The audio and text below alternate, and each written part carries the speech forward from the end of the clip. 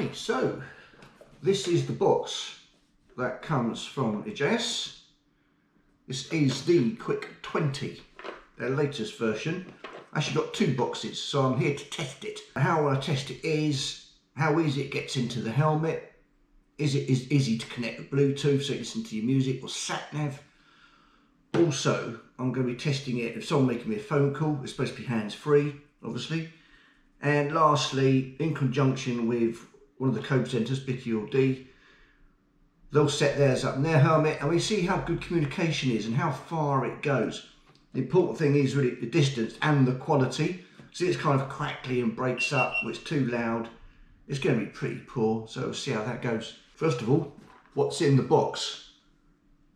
That's pretty smart. First thing you see is the actual unit itself. Quite a lot of buttons on it. Bring it close to the camera. That one there turns it on. This one there turns it off. That one does the modes. You've got the earpieces, which go inside your helmet. Some spare sponges that go around the earpieces. I've already put these on. You can see them here, bits of plastic round speakers inside them. That goes like that inside your helmet. Now, my helmet, I've already done everything. I've put it all in here and I'll go through it briefly with you. Every helmet's different, but this one actually has some foam bits in the side of the helmet, which actually these slip into straight away without the foam. So that's really cool. So what it means is, this is really important to me. This is the problem I had with my Cardo Pack Talk, was that when I put the helmet on, it was really tight in my ear and it became uncomfortable and caused kind of redness. This one goes inside significantly, where it's exactly the same, getting this on and off. It's no tighter. That's really important. If your helmet hasn't got that, you might have to fabricate some way of making it come towards the wall more, so it doesn't influence your ears too much, while still being able to hear it clearly. This is the finished article. So here is the Ejeas Quick 20 attached to the helmet itself. Now, once I put it in there, I'll just lift this little lead out here, which you can then touch, and you can then take this off. There is a bit, I'll show you here, that you can actually put inside there and slide it up. But I actually fought against it. I thought actually I used the stick-on bit. It's got like two Velcro things. Really clever, actually. I've never seen them before. Little stickle bricks when you're younger. There you go. You actually, I put it in halfway. It's so strong. You clip it in, and it's like super strong Velcro. Oh, blimey, like that. Incredibly strong. There's no chance that's going to come off from riding. So that's on there, but I could just pull it off if I wanted to. We'll come back to that. So back in the box, there's a microphone. This bit sticks into your unit on the side of your helmet. These two are where you simply plug in these. You've got an optional microphone as well. It's a bit smaller. If you're dealing with a lack of space, or you don't want one of these microphones coming around your face, then use that one. So it's good to have got an option actually. That is pretty damn cool. So let's move on to actual fitment. Now I won't fit one in here, but basically you'll be taking your chin out, the two sides, and then getting this unattached, sticking them in as far into the side bits as possible. We have got sticky bits for you to use if you want to fix it in place. Mine just kind of sat in there nicely. Once I put these back on, it held it in place. So I just make sure the wires came all the way around the back of it before I placed it, and just had the one wire coming out. This one little wire. As you can see on this one, there's no wires in here at all to catch your ears. They're all underneath here. When I put them back, all I did was leave this one hanging out here, push this, clip this back in. It's really tight. So all I have to do is go like that, clip it in, and the job's done. So let's get on to actually testing it and see how it's gone. Okay, so let's take this Ejeas Smart 20 out on the road and see what it does in real terms, in real world scenario, in terms of performance and quality. Now there's three things I want to test with this system. One, how music is through the headphones in my helmet with Bluetooth connected up to my smartphone with my Spotify account. Secondly, what it's like when someone calls me on a mobile phone. It's supposed to have auto accept. So I'd be interested to see what that signal is like, if it's clear, which is obviously important when I have hands-free phone calls.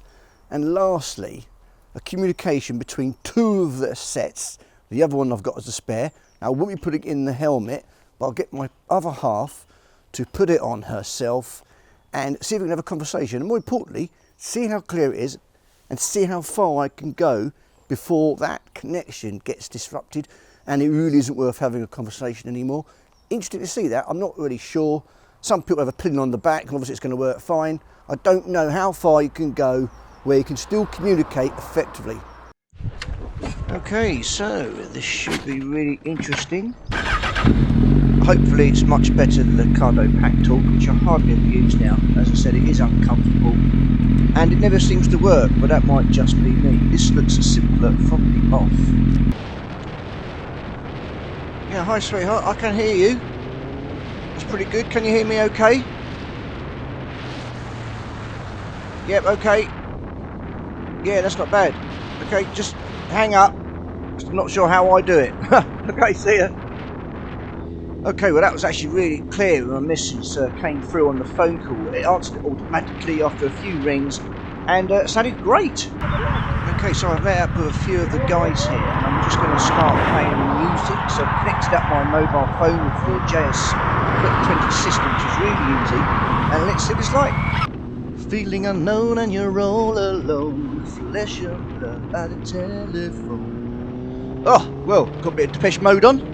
And yeah, actually, it's miles better than the back talk I had.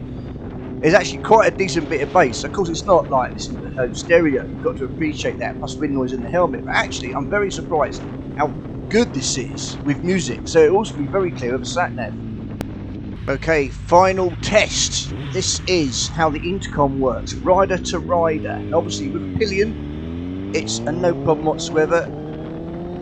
But when you're out on a bike, in anger, doing some reasonable speeds, what does it sound like? Hold on a second. Right. Bikke, can you hear me? Okay. Yeah, you're about on 3 bikes behind you. Yeah, okay. Right, can you hear me okay? 1, 2, 3, testing 1, 2, 3. Yep, okay.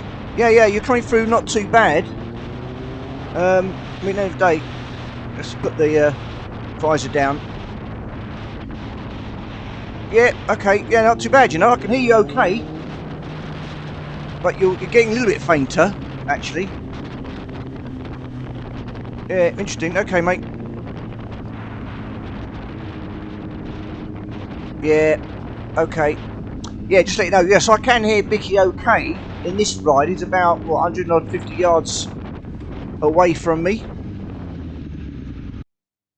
Okay, so I did some further testing, and this is my summary of this Ejeas Quick 20 unit.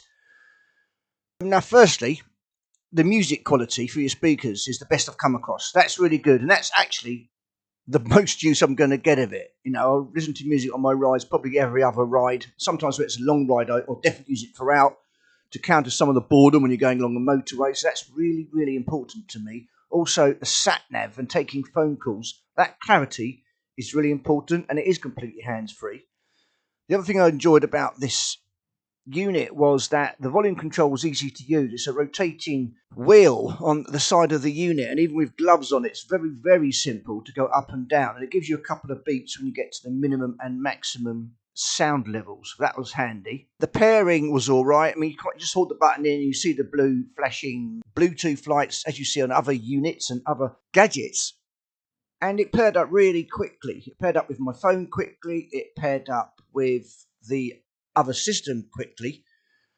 So that was good. Now, overall, the only real issues are that when someone went out of sight with me, when let's say went round a bend or they went a bit further away and I couldn't get line of sight on them, it did lose and their signal dropped out. But if you're riding and the people could see you or you can see them, you're in some sort of line of sight, it seems fine. Obviously, the slower speed you're going and the quieter bike you've got, the better overall. But, yes, it does work quite well. So, I mean, that's something I'll be using a lot less. So the big wins for me is the music and the phone calls and the sat nav, by far important, and that is where it smashes it, absolutely smashes it.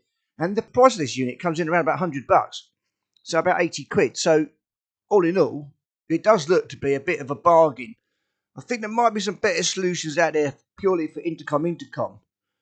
Looking at the Cardo and the Sena, perhaps. Give them a little test yourself.